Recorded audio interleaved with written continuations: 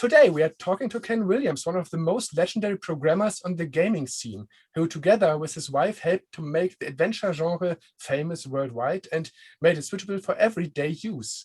It is impossible to briefly name his most important games. His company Sierra has released dozens of world-renowned games that still enjoy great popularity today, in Germany, of course, too.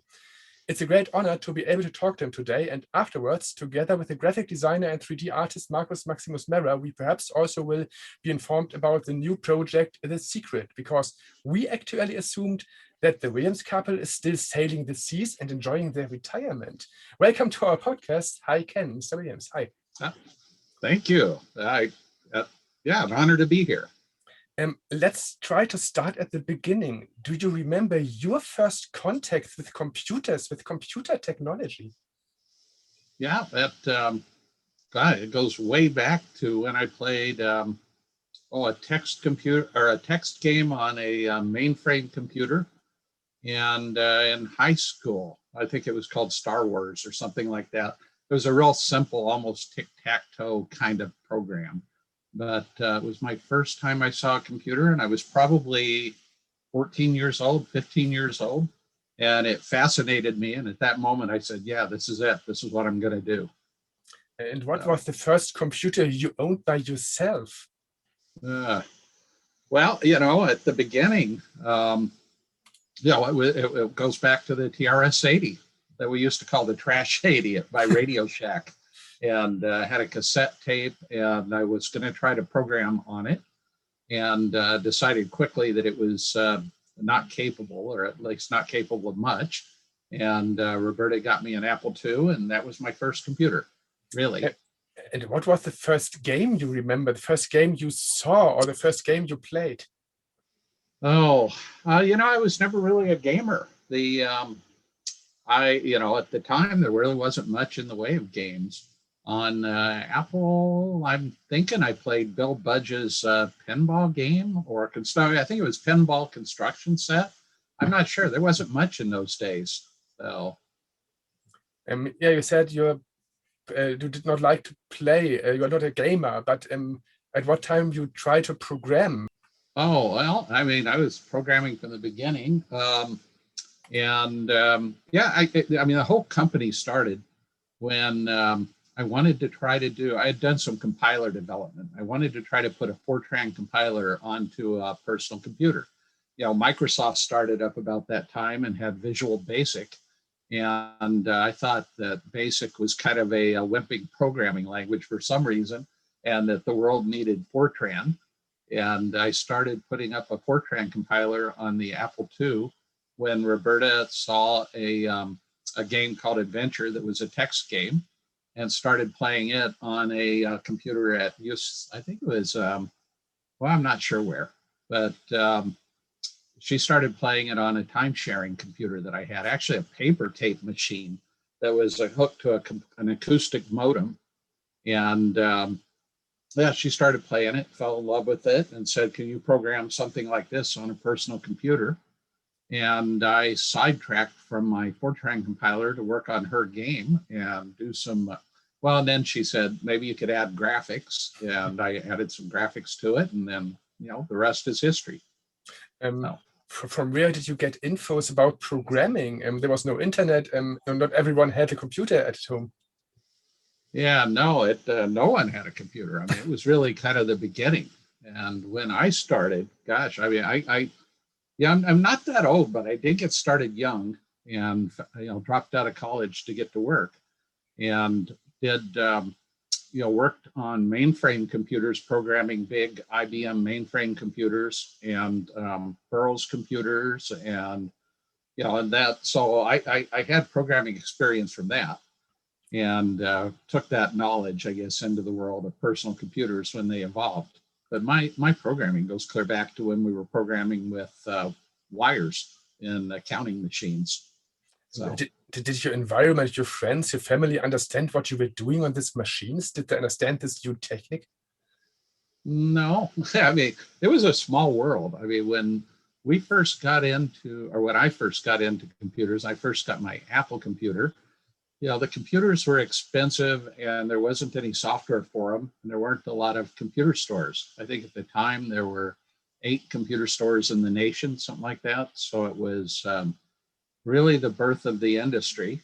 And, we just kind of, there's an old saying that a rising tide raises all ships. And we happened to be there producing games right at the birth of the industry. And we just kept building games as the industry grew and kind of grew with it. You told us a part of the story for the first game with Roberta, but at what time you thought this will be your job in the future? Was there a special moment as you thought that will be my job for my life? Yeah, and it happened quick. I mean, it was funny in that we had been trying forever to think of some. We were living in Los Angeles and didn't like Los Angeles. Kind of a big city, and it seemed a bad place to try to raise our kids. It's crowded and smoggy and dirty, and we had this vision of living in the woods. And I kept trying to think of a project we could do and live in the woods, and had tried a few things, nothing that ever looked like it would succeed. And then we did Mystery House, Roberta's game. And from the moment I took it into the first computer store, we knew we had something. You could just see it. I mean, everybody in the store crowded around the computer and had to see the game. They all wanted to type. And, the company, in fact, I don't think it was a month after we showed that game the first time before we were confident enough we had something that we sold our house and moved literally to the woods. We had a log cabin near Yosemite National Park. And so it worked, and it worked fast. I mean, it was just weird now to think back how we could have been that confident that we had something, but we did. You founded online systems, later known Sierra Online, very early. Can you tell us something about the first days of your own company? How is the story about Sierra, the beginning of Sierra? Oh, the beginning of Sierra was, we knew it was going to grow. We didn't know it was going to grow as big as it did. So at the beginning, all the product packaging had our home address and it had our home phone. And when products started selling in places like Germany, we'd get calls during their daytime, which would be our nighttime, and we'd have to answer the phone and, give it a hint to an adventure game. And so quickly it became apparent that we couldn't do that anymore, and started hiring people and got an office in town. But, the very first, days, kind of the first 6 months, Roberta and I were packing the boxes ourselves and copying the discs and mailing them out. And it was quite a project at the beginning, but it grew quickly. I'd say within 6 months, we probably had 30 employees, and probably not a year later, it was suddenly 200 or 300. So it was real exponential growth once we started growing. Were there a lot of other companies that did something similar at that pace? Not a lot. There was a company called Programma International, I remember. There was Bill Staley's company, Microprose, probably at that time. Broderbund was just firing up around that time. There was a company called Sirius that was around. And then there was Microsoft themselves. But it was really only a handful of games. We were probably, 4 or 5 or 6 years old when Lucasfilm entered the market, maybe even 10 years old. I don't remember. But I know at the beginning, we pretty much had a open play field. So. Yeah, perhaps you have some short anecdotes or memories to the first games, to some products you were involved. First, there were the high-res adventures. You numbered them. Why did you call them high-res adventure number 1 to, I don't know what was the last number, and were that all the same sort of games, or what series was it? Well, at the I guess at heart I'm a bit of a marketer, and I recognized right away that it takes money to build a brand, and so and that once you have a brand, you can leverage that brand into other products. So I created kind of the High Res Adventure game name so that when I did High Res Adventure 2, then I could piggyback the marketing effort from the first one. But then quickly I discovered that the market was so large that I could break it up by demographics and have different series targeted at different audiences. So we had, like King's Quest, that was kind of a family product, and Space Quest for space, and Leisure Suit Larry was a little more racy. So later we made the brand name kind of what the game was, and then we did like King's Quest 1, King's Quest 2, King's Quest 3. But in the beginning, I was kind of moseying toward that strategy and did High Res Adventure 1, High Res Adventure 2, High Res Adventure 3.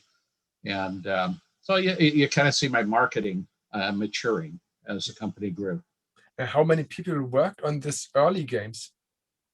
Well, on which game? On the early high res adventure series, for example. Did you do it alone with Roberta, or did you have any other people who worked? High Res Adventure 0 and 1 was probably just Roberta and I, and maybe even Wizard and Apprentice. We, I'm not sure. She might remember, but yeah, I mean, the first few games were really just us. Yes. Oh, was just me and you? Why don't you come at least say hi? I might get Roberta to say hi for a minute. She remembers all this far better than me. Sit down just for a minute. No, just for a minute. Well, because the camera will only. Hi, Roberta. Hi. Nice to see you. Nice to see you. Anyway, he's in Germany. Wow. Yeah, of course. What time of the day is it? It's 10 p.m. 10 p.m. Okay. So yeah, you can see nobody else is in at work. Yeah. Anyway, okay. Well, 2 minutes. Here, I'm going to give it to her for 2 minutes. Yeah, of course. I'll stand aside. Yeah. I don't know that he wants that. Yeah, of course, of course. Interview with you, and there you are. Well, I don't even have any makeup on or anything. No problem. We talked about the first high-res adventures, about the series you did, Mystery House and the other things. Your memories to the start of the company, of the first adventures in the high-res adventure series. Yes, Mystery House was my idea, and talked my husband into doing it, programming it for me, and we did it together. And then we did, I think it was Mission Asteroid, I believe was the second one. And then we called that Zero. Let's see, what do you call it? High Res Zero. Yeah. And then Mystery House would be High Res number 1. And so I don't know why we did that, but we did it that way. I really don't know why we did that. Anyway, and then after that, I did Wizard and the Princess, and then I might have gotten those out of sequence somehow. You may know more than me. Anyway, the first 3, Mystery House, Mission Asteroid, and Wizard and the Princess, were completely Ken and I only. Why and then after that, it went on with other people. Why did you like this genre? Why did you like adventure games? Because I played a game called Colossal Cave, or also known as Original Adventure, text-only game. I played that when I just had my second child and was not working at the time, and I guess I needed something to do, and it was there Ken had a TRS-80 that he was taking back and forth between his job, sometimes working at home and sometimes working. I don't even remember where he was working. He during the day, I guess somehow or another, at some point, I started playing this game. He said, "Oh, look at this game, this text game. It's kind of like you can go through a cave and explore." And it was all by text, and it was interactive, and so I sat down to play it, and I just couldn't tear myself away from it. I loved it. I've always been a book reader, loved books from the time I was little tiny, and just loved reading books and stories, and I had a very big imagination. I lived a little bit of a fantasy life in my head, I think. From the time I was little until, then, probably still do to this day. And I just love the fact that you could go through a story like that, even though it was just exploring a cave, and decide where I want to go. It'd be almost like you're reading a book or watching a movie, and you're watching a character, and and you want to follow that character and see where they're going. But the story, the movie, the book tells you, no, you're going to go the way we want, the way I wrote the book or the way I wrote the movie. You have to follow them. You can't just wander off on your own in that story. And this was something where I saw the potential to be able to create a story and a world where you could do that.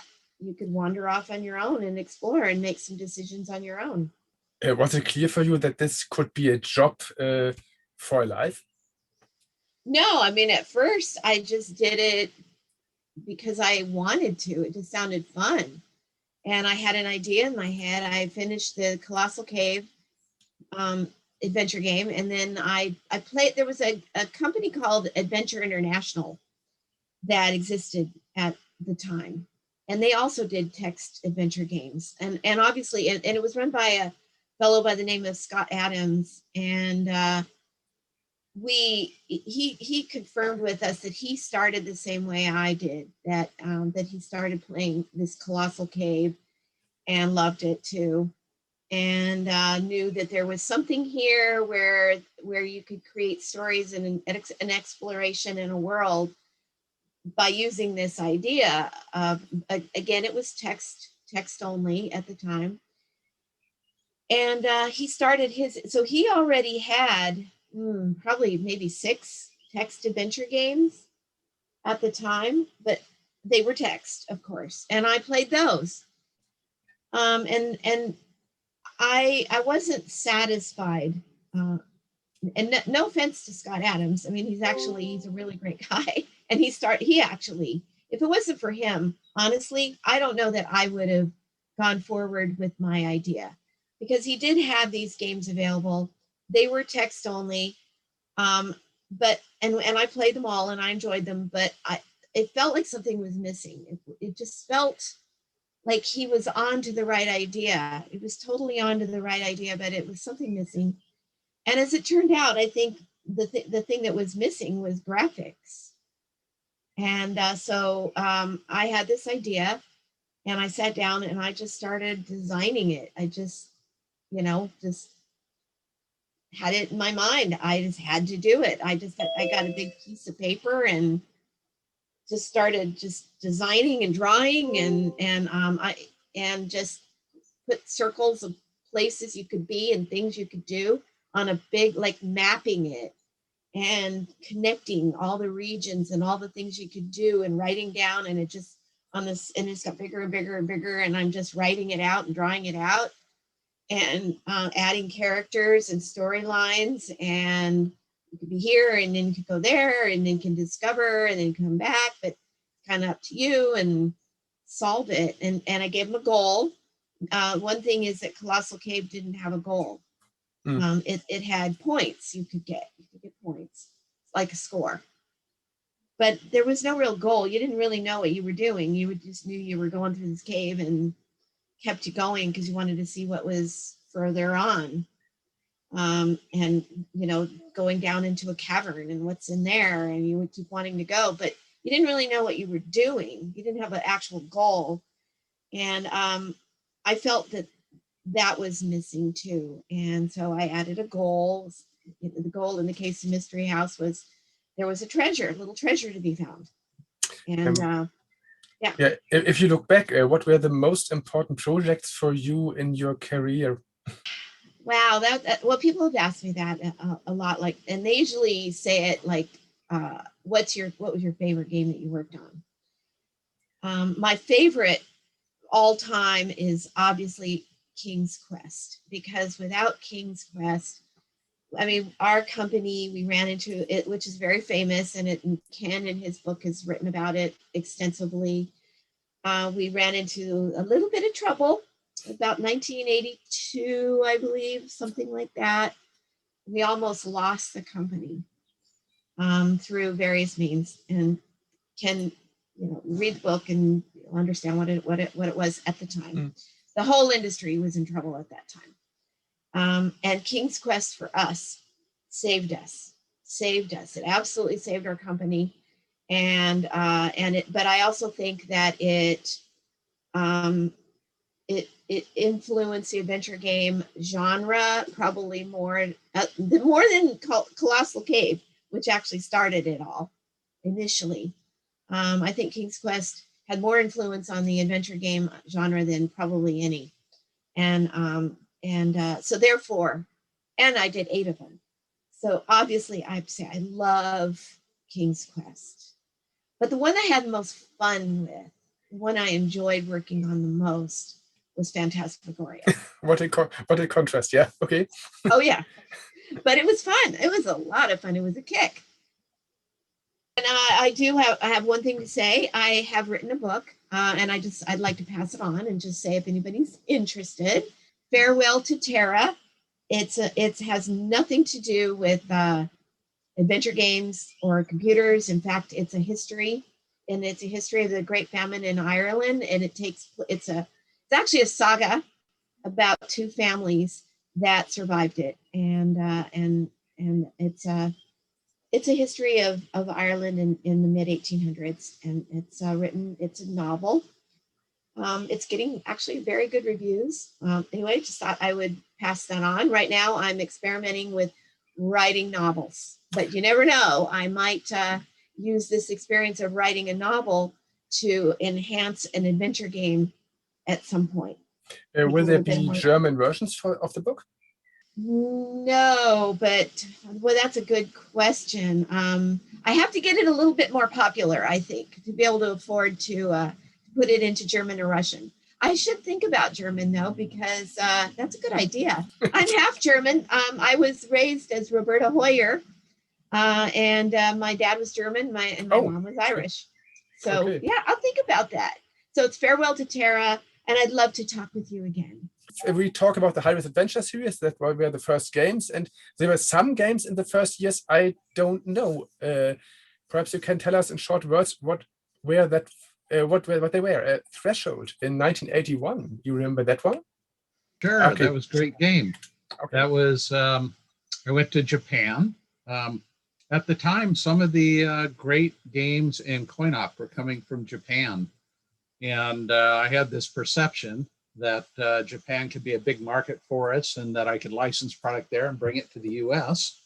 And I found a company called Game Arts, and they did for us Thexter and another game called Sylpheed, and may have done some more. But Thexter was kind of, at the time there was no hardware assist in the Apple computer. And in order to scroll the screen, you had to move a pixel at a time, which is processor intensive, and it was pretty gutless processor. So Thexter's claim to fame was giving the impression of the full screen scrolling, even though it wasn't. So it was more of a platform game, I guess you'd call it. It was kind of, it was an action game done on a machine that really wasn't capable of action games. So I think it did disproportionately well because of being the right product for the time. And but it was a great game, and licensed it out of Japan, and everybody loved it. It was one of the first games on the Apple II GS when that came out, so it showed the platform really well. And I never heard about Mouse Attack 2. Well, another action game. There's a section in my book where I talk about I just list the different Sierra games. And I haven't had it up how many, but there was, I think it's like 20-page listing of games. We could be here a very, very long time if you want to go game by game. Yeah. Although Mouse Attack, I think, I'm trying to remember. I think Mouse Attack, was it Warren Schwader? Or I don't remember who programmed it, but I remember it was an early, really good action game. So, in the credits there, it was your name as a programmer. That's why I mentioned it. Oh, I might have done some programming on it, but pretty quickly. I mean, at heart, I'm a programmer and love programming and like to do battle with the machine. That's half the fun, is solving bugs. And I'm listed as programmer on a lot of games, but really, I'm not. I mean, I would say after the first. Even after the first couple is all I really programmed. And after that, there were bits and pieces here and there I would code just to keep my coding current. I did like the poker games in the, it was either Police Quest or Leisure Suit Larry series. I did the opening questionnaire at Leisure Suit Larry, where it tries to check how old you are. So Okay. there's a few things along the way that I programmed, but in general, when it lists me as a programmer, that was somebody being polite to me, not that I really did write all the code. So Yeah, Roberta mentioned the King's Quest series and the importance of it. Who had the ideas to the other series, Space Quest and so on? Was it your idea, or did other programmers told no. you, let's do something in that direction? Yeah, I guess everybody knows what they're good and bad at, and my strong suit would not be inventing new series and characters or anything else. I'd say I'm a programmer and a marketer, and to some extent a bureaucrat. Sierra got pretty large, and I had to keep it managed. But in general, I left the creation to the designers, and the philosophy I always had was that. Sierra's products, I think it's part of what made them special, was this kind of core philosophy that developing a game was like writing a book. And I wanted it to be a one-to-one experience between our designer and the player. I wanted to avoid it being a corporate machine, or I wanted to avoid my personality being on all the products. I really wanted to pick people whose books I thought I would read and then have them do this interactive story that was animated and interactive, but just like in a book, I forget the examples, but like Stephen King co-authored some books with another top-selling writer, and they bombed because it's I just think in a creative work like that, or a story, that it's got to be it's got to be one person. And at Sierra, a lot of what I did was fight to take our designers and keep other people from destroying their vision. Because on a large project, every single person on the project is a wannabe game designer. I'm sure the same's true on a movie. Every single person once on the movie wants to put their stamp on the movie, so that they can somehow be chosen to make the next movie. And, I understand that, I relate to that, but ultimately, I worked for our customers, and I wanted to provide the best possible game for the customers. And to me, that always meant that a Jane Jensen game was a Jane Jensen game, a Roberta Williams game was a Roberta Williams game. And so somehow capturing that personality, kind of warts and all, whatever it is, but it comes through. And when people play the game, they feel like they're, like they're hanging out with the designer. I always said that it should be like, going to lunch with the designer. So, sorry to sidetrack. But you did a lot of the Quest series, of course. And what Quest series you like most? Is there one series that you love most? Well, me, yeah. I mean, it would probably be either Space Quest or Leisure Suit Larry, because I like the humor. Scott and Mark, the two guys, they were called the two guys from Andromeda who did the Space Quest series, were seriously funny. And they did these goofy characters. And it was a hit series for us, and loved it. And Leisure Suit Larry, Al Lowe is a funny guy. I mean, he'll even say, something just normal, and it'll come out funny. He's just a funny guy to listen to. And running Sierra was serious business, and was kind of stressful at times, and to be able to sit down and play Leisure Suit Larry and just laugh for a little bit is a good thing. So, did you ever thought Larry could be a problem because of the contents at that day? Yeah, I mean, it was both a problem and an asset. I mean, it stood out and was unique in the industry, and it was risque, but not. I never thought of it as sexist. I always thought it was just funny humor, and it was great because people talked about it, and parents hid it from their kids, all of which made it sell twice as well. And so no, it was a good series. I think there was an interesting photo at the back cover of one of the first Larry games with a pool or something like that. What was the story behind that? Oh, actually, you should ask Roberta about that one. See, that was when we were young and we needed a kind of a racy picture for the back of the box, and we were too poor to hire models. So my wife and Roberta and a couple other girls from the office kind of posed in a hot tub for the front cover. And in those days, Time Magazine was a big magazine, and it made Time Magazine. They ran an editorial on it. Plus, the whole industry talked about it. So that was part of what I think launched that game into the stratosphere and made it sell so well. So. We talked to Alo some months ago. How would you describe the cooperation with him? Oh, Alo.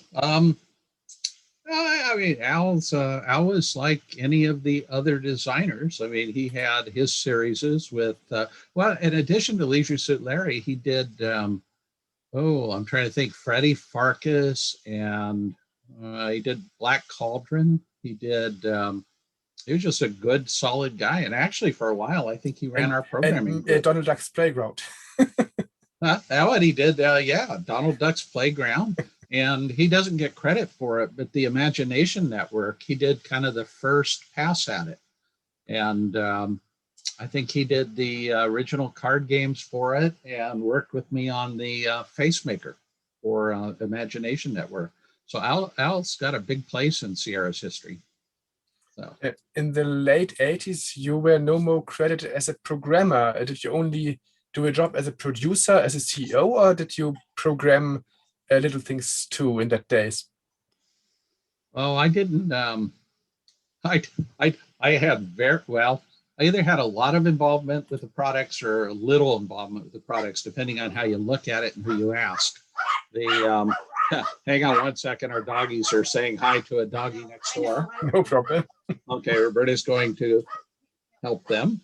No, the company got large, and by the end, we had almost 1,000 people. And once again, I had some strong opinions, which are kind of made Sierra kind of what it was, I guess. And one of them was that I didn't believe in large groups of developers in one place. I thought that too many people in one place would allow bureaucracy to creep in. So Sierra, even though we were 1,000 people, that of which only about 300, I think, were in manufacturing, the rest were in product development. And really, we were a big product development machine, almost entirely internal. And I didn't believe that we should ever have more than 100 people in one place, because then it would become a big bureaucratic company. Mm. And so we were split to different divisions, each of them pretty much focused on a given product area. And what I would do would be to go to each of those product centers and meet with the individual teams. I think it was once a month, or it might have been once every 3 months. I think it was once a month. But that meant I was on an airplane a lot, because I would visit with each of the groups. And then within a group, like when I would go to Dynamics, they might have 6 or 7 projects going, and I'd meet with each team. And I would look at the work in process and give feedback on it. And I would also try to decide which technology from one place should go to another place and what cross-pollination should happen. So it was a major pain for me to go visit every project every month, because we'd have 100 games or something going across the company. And so, yeah, you could say I was kind of like executive producer or something, but in real life, I'm sure if you were to ask the teams, I was just kind of this, corporate jerk that fell out of the sky once a month that would bitch about their game or try to change it in some way, and but don't know. All I can say is I showed up and I gave feedback, and I decided which projects to green light and which ones to shut down, which ultimately, I guess, is the most important thing. You had the time to play all the games, to test all the different games from all the parts of the company. No, not a little. I would say that during product review, I would have somebody play a couple of hours of the product in front of me. but I wasn't really a gamer myself. I could look at something and tell you if it would sell or not, or if it felt like it was fun. But even, if something was fun, I would really form an opinion by talking to other people who played the game. When a game was really fun, other people in the company would play it. The QA group would be fighting to play it. And you can spot a game that's fun and one that is just pretty or is just ugly or whatever. But ultimately, if the game is fun, you can tell it. And people will play it. So I would rely on others to help me decide that and my opinion based on the little I saw. We talk about King's Quiz with your wife too some minutes ago. What do you thought about as you first heard she did Phantasmagoria? Was it her idea, or it's another sort of game? Yeah, no, I think it was her idea. It might have come from me saying I thought I wanted something in the horror genre. I'd been chasing Stephen King, and who's a horror writer, and had tried forever to try to get him to write something for us or to license us one of his properties. And he was being stubborn. And Roberta knew I wanted horror and said she could do it, which was kind of weird because she was known for kids' games. And I wanted something that was real edgy. And normally, when people that are somewhat typecast go outside of their area, it's a disaster, but not Roberta. She went over to horror and did Phantasmagoria and just killed it. It was our first 1 million copy seller. And, in those days, no games did that. It was really a smash hit of epic proportions. It was big, really nice. So. I love your series Oil Book of Games and played it a lot in my youth. Was it your idea to have so different genres, so different type of games in your offer? Oh, well, remember, I'm also a marketer, and I used to from the very beginning. I always talked about bookstores. I for some reason I was hung up on that analogy. And if you walk into a bookstore, you'll see. Well, now you don't walk into bookstores; you go to Amazon. But in those days, there was something called bookstores that very few kids remember. But they had sections, which would be like drama or historical fiction or how to program. And I always thought the industry would evolve to where all of those niches were filled, and that if I'd simply go to the local Barnes and Noble or whatever bookstore and wander around, I would get a sense of what people really wanted to buy. And that I tried to take my input from movies and music and books to figure out what people wanted, not from what was selling. And to some extent, if I were in the game business today, I do get the sense that there's a kind of a Me Too-ism where if people look at the industry and they say lots of people are buying. Well, I'll go back to when I was in it. Toward the end of my life at Sierra, everybody was playing Doom style games, and we did, and even we did with Half-Life. And everything started looking like each other, and people would survey what was selling in the industry to figure out what to do next. And I thought it was smarter to go figure out what customers want to buy than to find out what they were buying on computers, because I always thought of computers as kind of a superset of those other three industries and something that would ultimately be bigger. That because music, you're kind of locked into only music. Books, you can only read. Movies, you can only watch. Whereas on a computer, you can do all of those things, and then you add the interactivity. So I knew it was going to be a bigger business, and that if I could just figure out what consumers wanted by studying those other industries and then bring it into computers.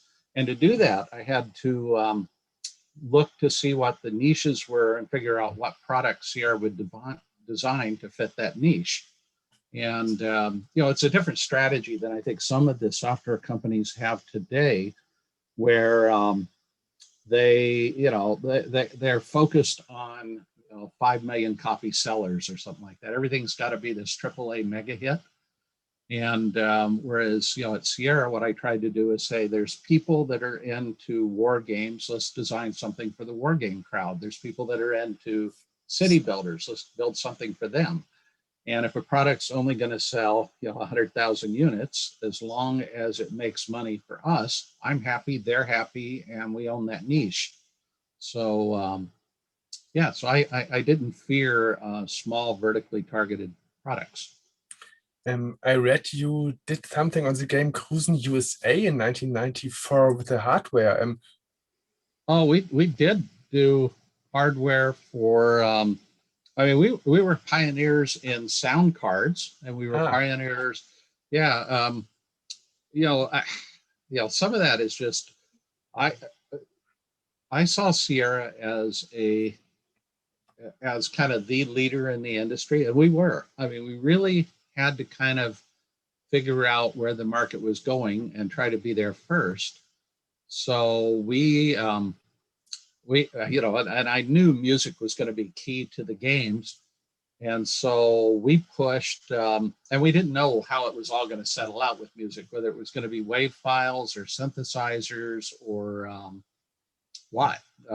or MIDI, So in the beginning, we marketed a MIDI device. We ordered a sampling device. We marketed the original version. I think we did the software for the Creative Lab sound cards in those days.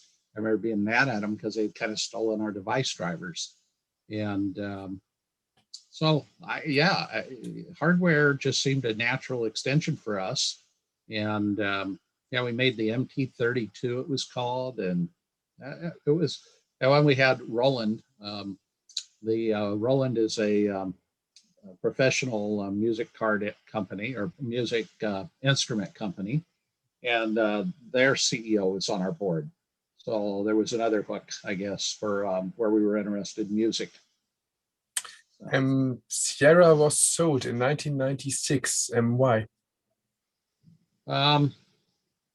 Well, with 2020 hindsight, it was because I made a dumb mistake. We were a public company, and as CEO, in some ways, I worked for the shareholders, and my job was to maximize shareholder value. And somebody offered a significant premium to the price of our stock. So in some ways, it was out of my hands. The company was acquired for, I don't know how much, 30, 40, 50% more than we were trading at. It might have been more than that. But it was one of those where somebody offered to buy we at the time were pretty dominant in the computer entertainment business and should have been a super attractive acquisition for somebody. And I actually thought it was kind of a good idea because I could also see a lot of competition was going to be coming and that there would be strength in numbers. And it was one of our board members who I thought I knew pretty well, who was going to acquire us. And he talked about acquiring us and Lucasfilm and Broderbund and Blizzard and rolling together, I guess, the entire industry and create a company that was absolutely dominant. And to be part of, because you're either the 800-pound gorilla in the room or you're one of the little guys that gets eaten. And, it looked like a good chance to merge with basically roll up is what they called it, roll up the industry, create a giant company. And that was the vision of the guy that acquired us. But as it turned out later, he was a crook and went to jail. And with disastrous consequences for Sierra and all of our employees. So, but had I known that, obviously we wouldn't have done it. At what time you left Sierra? Oh, I stayed on for, in effect, I left Sierra the day the deal was done. And that, I was kind of, would I say I was pushed out? I could have hung in longer if I'd really wanted to. But there's an old saying that when you sell your company, get as far away as you can, as fast as you can, because you're not going to like what happens. Even when it's a good acquisition, having somebody else run your company is painful and stressful. I thought I'd created a framework in which I could focus on building products and not have to worry about the finance and manufacturing and some of those other ends of the company I didn't care about. Yeah, I saw it in a way as we were going to produce better products, because I was going to, when you get to the size Sierra was, most of my job was as a bureaucrat, and there was a lot of crap I was having to deal with being a public company and keeping shareholders happy. And really, my heart was with the product. I just wanted to build great product.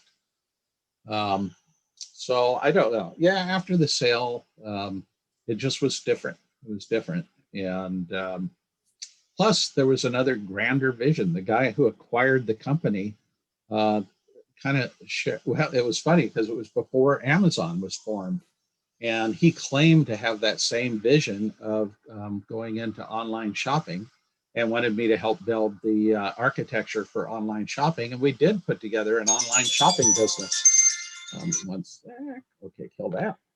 And we put an online shopping business together prior to Amazon being founded. And I remember going to see Jeff Bezos when he started Amazon, because I had just done the big shopping project and talking to him about doing some stuff together.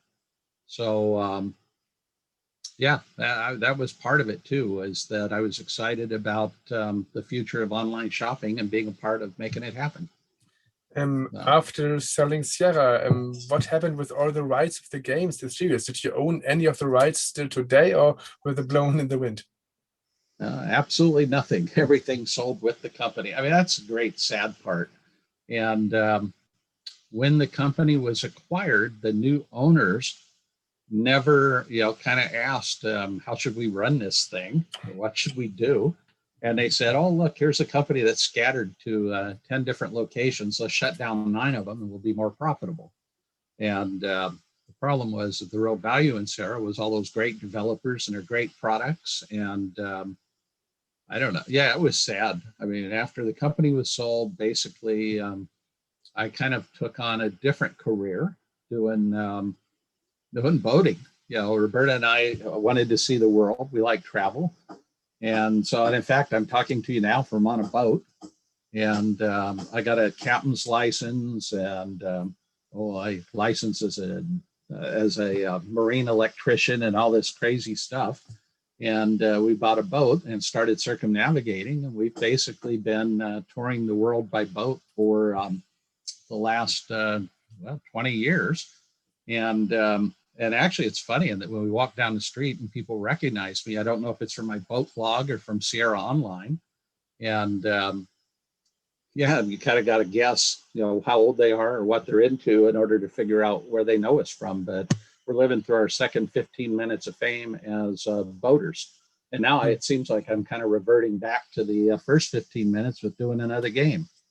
So. Yeah, that's what we talk about in some minutes. Some short questions about the history, and then we will go to the actual projects. We talk about a lot of things. You were involved in dozens and hundreds of games. If you see all the games, is there one project or a project that is the most important for you? Perhaps a project we don't talk about, which I forgot. Well, I don't know. I mean, my favorite games probably were The Incredible Machine that Dynamics did, because it was one of the first really wide open, just kind of build some sort of, it's kind of a Rube Goldberg kind of build a contraption. And I spent a lot of hours on that thing. I'm not a gamer, but that game kind of hooked me in. So I spent some time on it. I like the Dr. Brain. I really always kind of like kids and things that make them think. And Dr. Brain was built using our adventure game technology. And in fact, I mean, that's part of how I got here, was that I was remembering the Dr. Brain series and Incredible Machine, and thought that there should be something I could do to kind of target kids like that. And, cause them to stretch their brain a little bit and learn something. And, but then I got sidetracked doing, a classic game, and then obviously the other one I liked was Phantasmagoria, because it was, I think everybody, me included, is kind of a wannabe filmmaker. And it was kind of our first major production where we were hiring actors and I don't know, working with sound and build a studio, build a stage. That was a very cool feeling to do that and to know that we were the first ones to ever do it. So that was awesome, to say the Um, least. what project, what game took the longest or the shortest production time? Do you remember that? I don't know, probably Phantasmagoria. I mean, because that we had to build a studio, build the sets, hire the actors, do the casting, and then we had problems in that the technology just wasn't there yet. Yeah, and in those days, I mean, it's funny. Today, you buy something to burn a CD-ROM for $39. I remember spending $20,000 on a machine to make one CD-ROM, and then the problem was that you didn't fit much on a CD-ROM. There was no DVDs in those days, and a CD-ROM, well, I forget what it holds, 700 megabytes, and trying to cram all those hours of video onto a CD isn't happening. And so we spread it over 7 CDs. And then we had to reduce the quality of all the graphics and reduce the sound, which, was just sad because it was all shot in high res. But I don't know. Yeah, but it was a major project, but everything was pioneering. I mean, there were no utilities. There was nothing to work with. We had to kind of, do it by braille, kind of feel it our way around one step at a time. And what was the shortest production time? The first adventures, or what were the first? What were the shortest things? Yeah, I mean, there were some very short projects. Mission Asteroid would have been easy. In fact, that was number 0 because we just wanted to introduce people to the concept. And I think it was a pretty short game. I don't even remember producing it. I think it just kind of popped out. So Okay. we did some easy stuff. We did some hard stuff. But yeah, as far as the Dynamics products, I mean, I got to mention those. It's so sad what happened to those with Aces of the Pacific and Red Baron. I mean, these products were so awesome. Oh, and then probably the project I'm the most proud of, which was the Imagination Network, which we called the Sierra Network and was later renamed to Imagination Network. It was the first online game system. And we had, at the time it was a big number. I think we had 10,000 playing people on paying a subscription playing. And this was probably 3 years before the internet. So we're running flight simulators and card games and all kinds of fun stuff, action games, kids games, adult games. And so that was, we did some pretty amazing things. And what was the most successful project in the end? Was it Phantasmagoria? Or? Yeah, probably Phantasmagoria. It certainly sold the most copies, but ultimately it also cost a whole lot of money. But the one nice thing about the game industry is when you do get a smash hit, it covers a lot of sins. That game sold so many copies that it not only paid for itself, it paid for other games. It didn't realize their sales projection. That was a nice game. Were there a lot of unpublished games in your career? No. Pretty much once we started on something, we finished it and we published it. We didn't really have a lot of dogs. There were some that didn't hit their sales estimate, but in general, there were a lot of Sierra fans, and they had such a good experience with us overall that if we sold one bad game, they kind of forgave us and moved on. But yeah, it's weird to think that people still remember the company 25 years after it was sold. But we did a lot of good. I mean, and really, there's not a lot of games we did that I was ashamed of. I mean, we did a lot of good stuff. You look at the games now. I mean, they look so dated. I mean, it's I hope when people look at the old games, they appreciate that the miracle was that they were running at all, given the hardware that we were dealing with and the lack of performance. Of course. Are you still in contact with the guys from the old times? Oh, no. Al Lowe, I still see. I mean, part of the problem is that because we took off on a boat going around the world, we're never there. Yeah, we're just never, I mean, we're always someplace, but never home. we were living in Mexico half the year and on the boat half the year. So yeah, there's nobody really that we hang out from the old days except Al Lowe. I still, I played golf with him just last week. So I Cool. still see him, but nobody else, I think, from the old Sierra days, which is weird, but it's my own fault for just not being in one place where people can find me. You wrote a biography with a special name. Yeah. Well, it's called Not All Fairy Tales Have Happy Endings. And yeah, it's true. It was a weird name when I first came up with it. People thought it was a dumb name, but the book sold great. So what the heck? It still pops up in strange categories. Just last week, I was showing as #1 in computer game programming.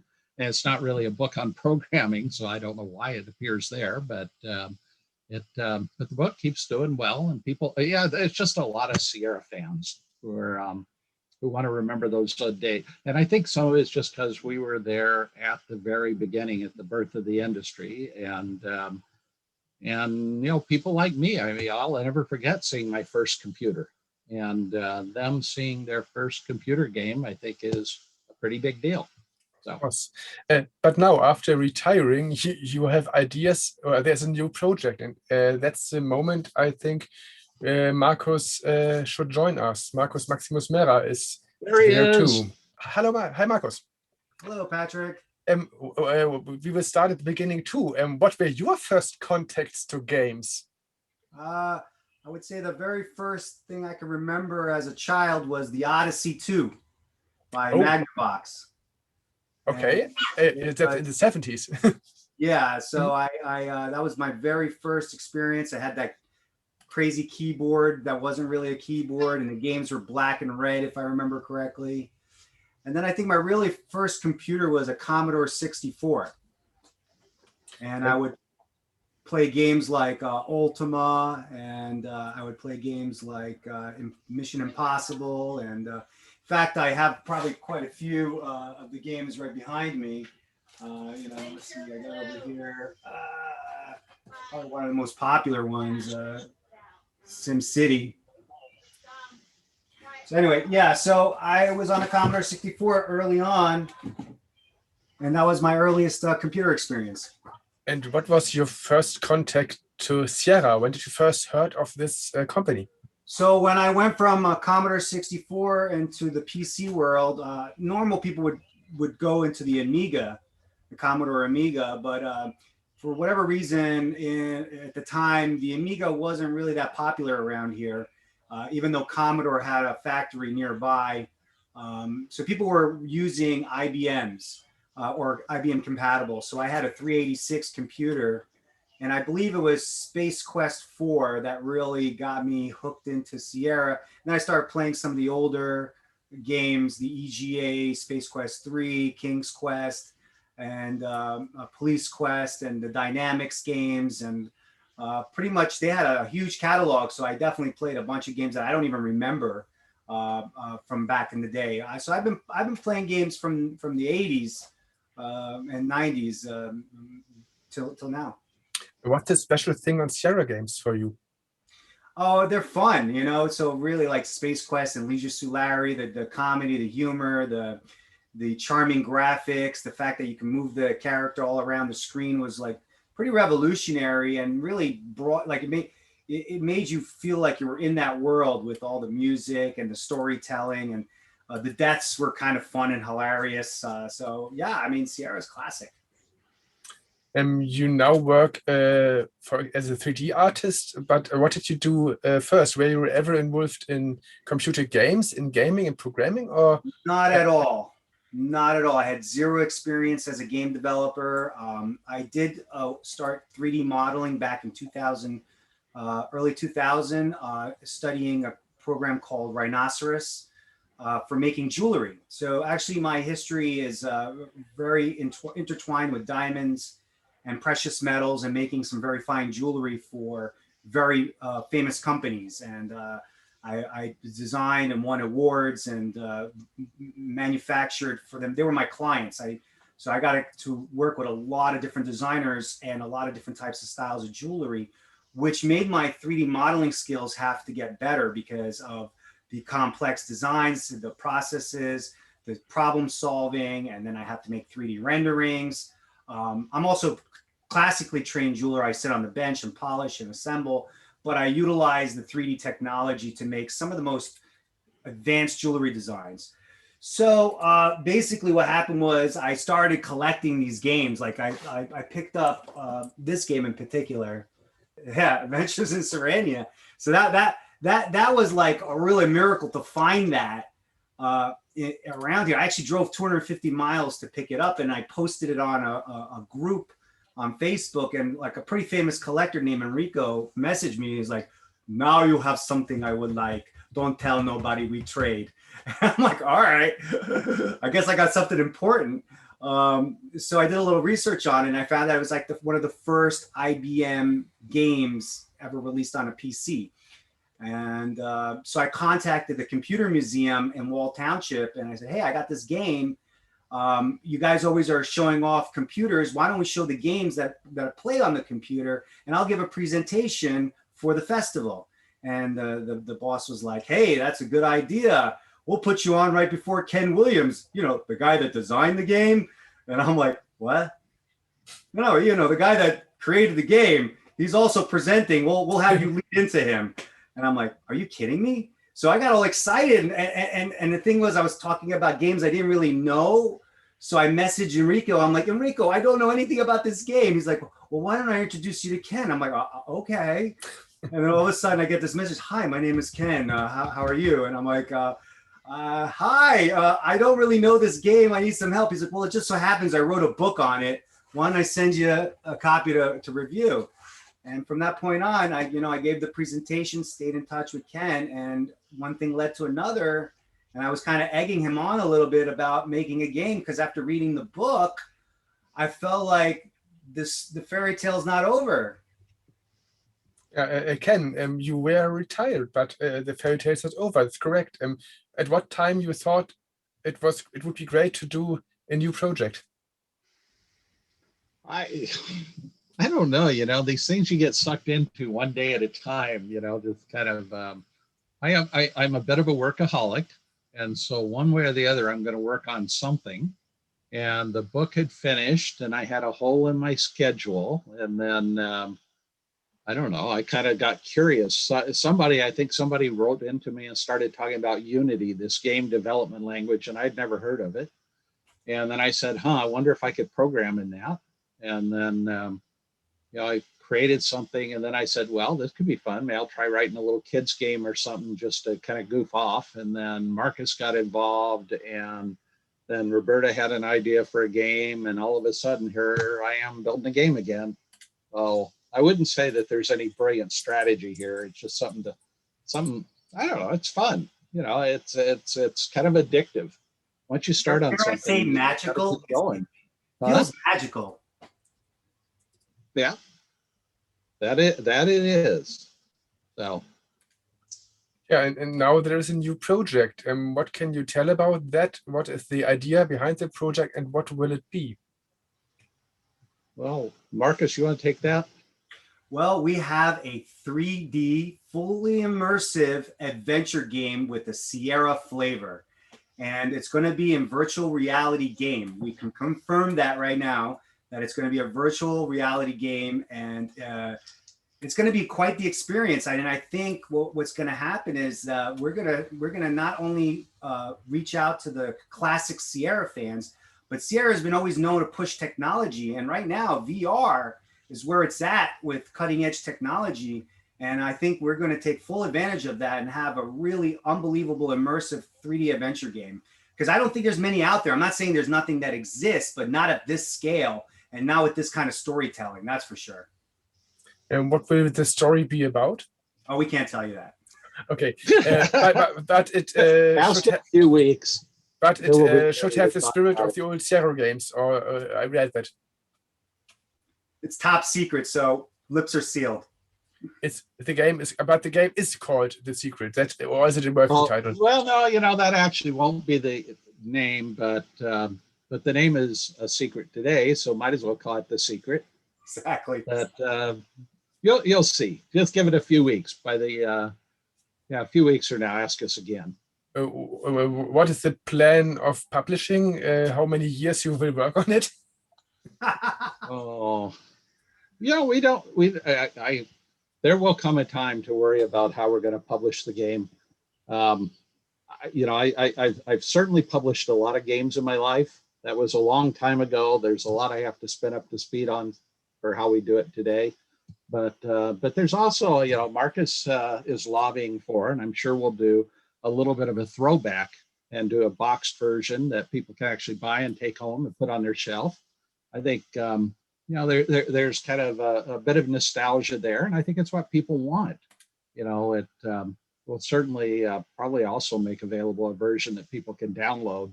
But I think it would be cool to have something to sit on your shelf. So. Of course, it's important for retro collectors, for example, and for the fans of the old games. Boxed version is very important. Yeah.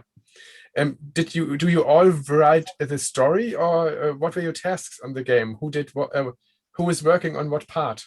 Can you tell us something about that? I'm working on the art and the world building and some of the ideas involved in the game, how it plays and things like that. And Ken is really the visionary for the programming and how it's going to work and function. And Roberta is definitely the inspiration and his guidance on the art direction. And I feel like she's going to get way more involved in a very near future, is my honest opinion. That she will definitely be putting her stamp on it. And it's a very small team. Yeah, you would be surprised at what we've accomplished with just Marcus and I. I would have thought it impossible, but he's an awfully hard worker, and I'm a hard worker, and we're smart. And yeah, we just kind of we're kick smart. it in gear. Well, yeah, and we're not bogged down with a whole lot of bureaucracy and other people to deal with. We just kind of know what we got to do and go do it. I got to say, I was actually thinking about that. I like the fact that we're a small team, so things don't really get lost in translations. People's egos don't get so involved. Ideas really get shared and talked about, as opposed to that was my idea, or it gets buried with other people. It's really easy flowing, and the fact that you're such a great programmer, you make the things happen. Is why we're so far ahead. I don't think other teams probably way bigger than us wouldn't get done what we've gotten done at the time that we did it. And the story is an idea from both of you, or from Ken, or from Roberta, who had the ideas? It's Roberta's idea. Well, that's the area we don't want to talk about. It was her idea, but you'll see. It'll all make sense very soon. And speaking of which, Ken, I don't mean to bust your balls a little bit here, yeah. But we have some VR code that was due last week. How are we doing on that? Yeah, I know. I'm not used to being under pressure. We got a game to ship, right? Yeah, I got a game to ship. So, although we're pretty mellow about when it's going to come out. I think before the end of the year, but we'll see. That's the goal. You produce for which platforms? Oh, Mac, Windows, and PS5. Hopefully on Oculus at the same time. Yeah. And and other platforms would love to have, but it's just not going to happen with the first release. Now this is an idea that you were the first to hear about, and I'm actually asking Ken live on air for this. So one of the ideas is like the history of Sierra. They published for virtually whatever platform was available. So you had Commodore 64, Commodore Amiga, Apple II, IBM. You did it all. So I want to make a port version of this game for an Apple II in a Ziploc bag with a 5 1/4 inch floppy. And like a limited edition version, just because that would be a Sierra thing to do, is to make it for all the platforms. We'll put in 50 floppies and put the first 2 seconds of the game. We need a version for C64 too. Yeah, that would be cool. No. You're like, yeah, no. I'm having no trouble rounding out a day, so I don't need more work. Can you tell us something about about the special of the art, or who's doing the new music? Some things you can talk about. Not really. No, it's soon. We just don't want to spoil the surprise. It won't be long. Give it a couple of, well, don't give me an excuse to interview us again. That's good. That's a Then good one. Marcus gets to put his shades back on and look cool.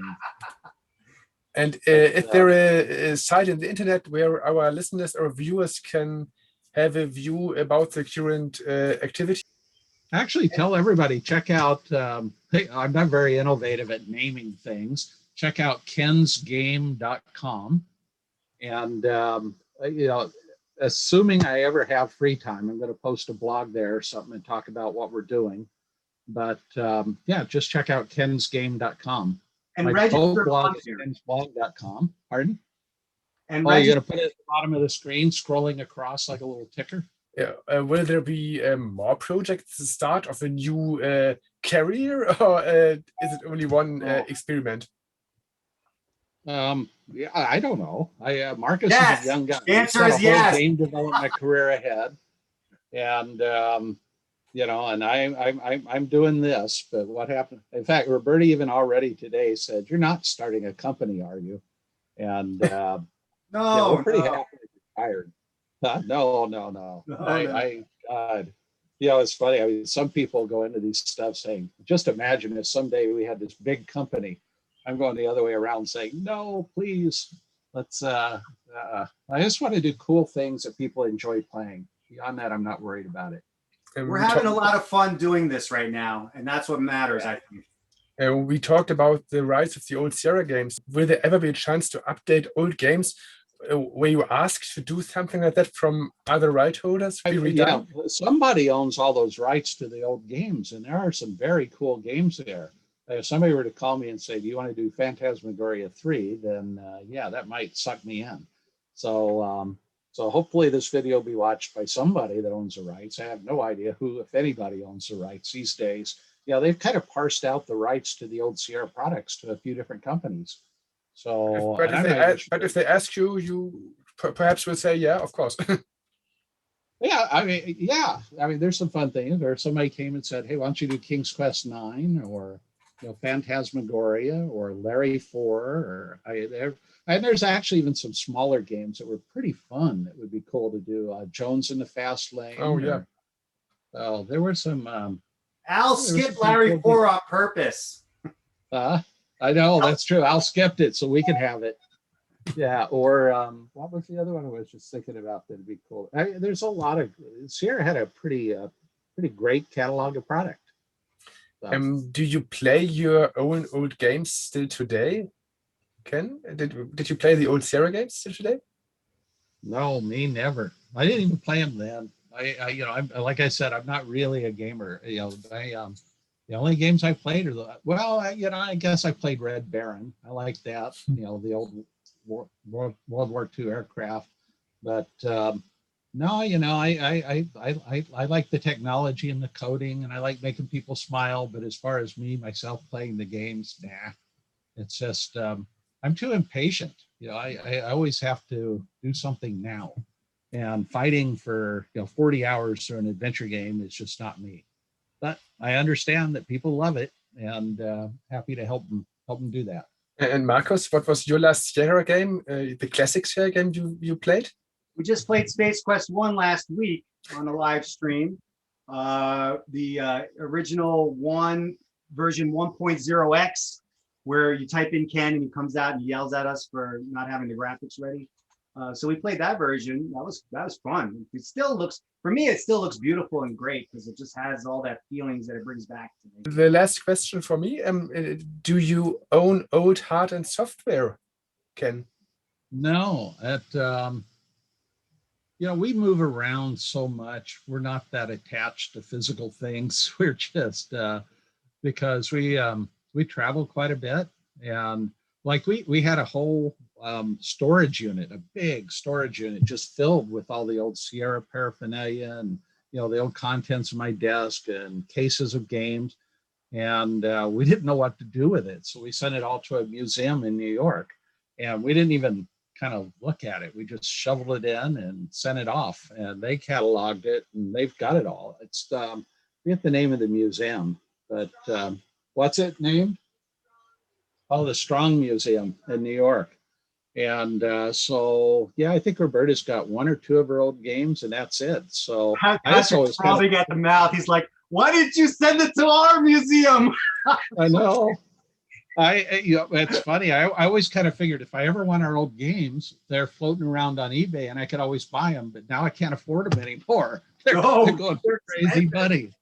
It's weird. I mean, when Al Lowe's talking about finding the old box I mailed him some games in and selling it for $50. So it's told you that was my crazy. friend that bought it.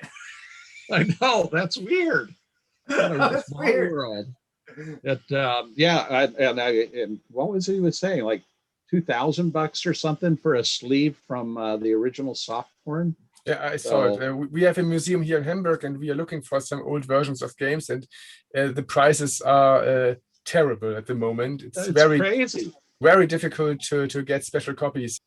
Yeah, I always considered that eBay would be my archive, but it hasn't quite turned out that way.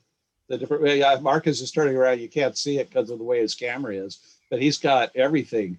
Yeah, I've been pulling stuff up. Okay, well, thank you. It's been a lot of fun. I have to thank you, and please tell us if we can talk more about the game, about the secret, and it would be great to hear more about this game, because you can't tell. I promise you're going to like it. I hope. I hope. I look forward to people hearing. We are very. We will be very surprising, I hope. And tell us if there are news about the game, of course. And whenever you have the chance to visit Germany, call us again. Marcus, of course, too. We have a little museum here in Hamburg in north of Germany, and we collect all the old things too, and we'll make them available to the public the next years. It's great to hear from the old times again and again. Yeah, I wish you all of success for the project, and I hope a lot of people will give it a chance. I think it's very interesting, but we don't know what it will be exactly. Soon. Okay, thanks a lot. Well, thank you. I have to thank you. It was a great honor to meet you, and hope to see you again. Thanks. Thank you. Thanks. Bye. Thanks, Marcus. Bye-bye.